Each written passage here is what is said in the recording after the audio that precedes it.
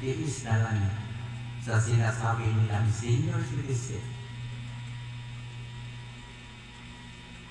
Kaya nga,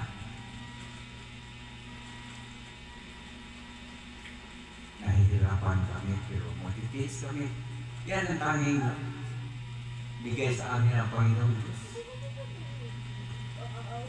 Magtitiis kami hanggang buhay pa kami dito sa balak na lupa. Ngayon, ang tanging ialay ko sa iyo ay ang awitin, ang tanging alay ko. Ang awitin ko ito ay kung gusto kong ikahando. Mag-inisip taro. Dili mamod kay mag-inisip taro kay social media ba na. Kita best. Ganawa ko nung kung unsay akong kuwan. Sanina? Naputol no. Ay sa na. Well, isa. Ang awitin ko ito ay kung puso kong ihandog sa aking mahal sa mo.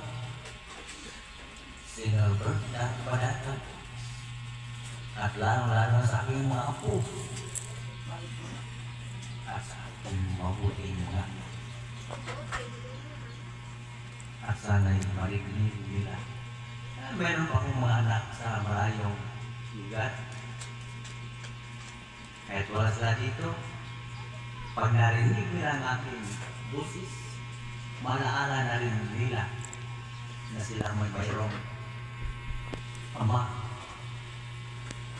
na gusto makita sila. Pero kung hindi mo kami makita ngayon, basta sa sunod na taon, sunod na buwan, makita na kami. Sana tutulungan ako ni Idol Rapi Turbo na kung saan ang aking mga anak o mga kapatid, sana matulungan niya ako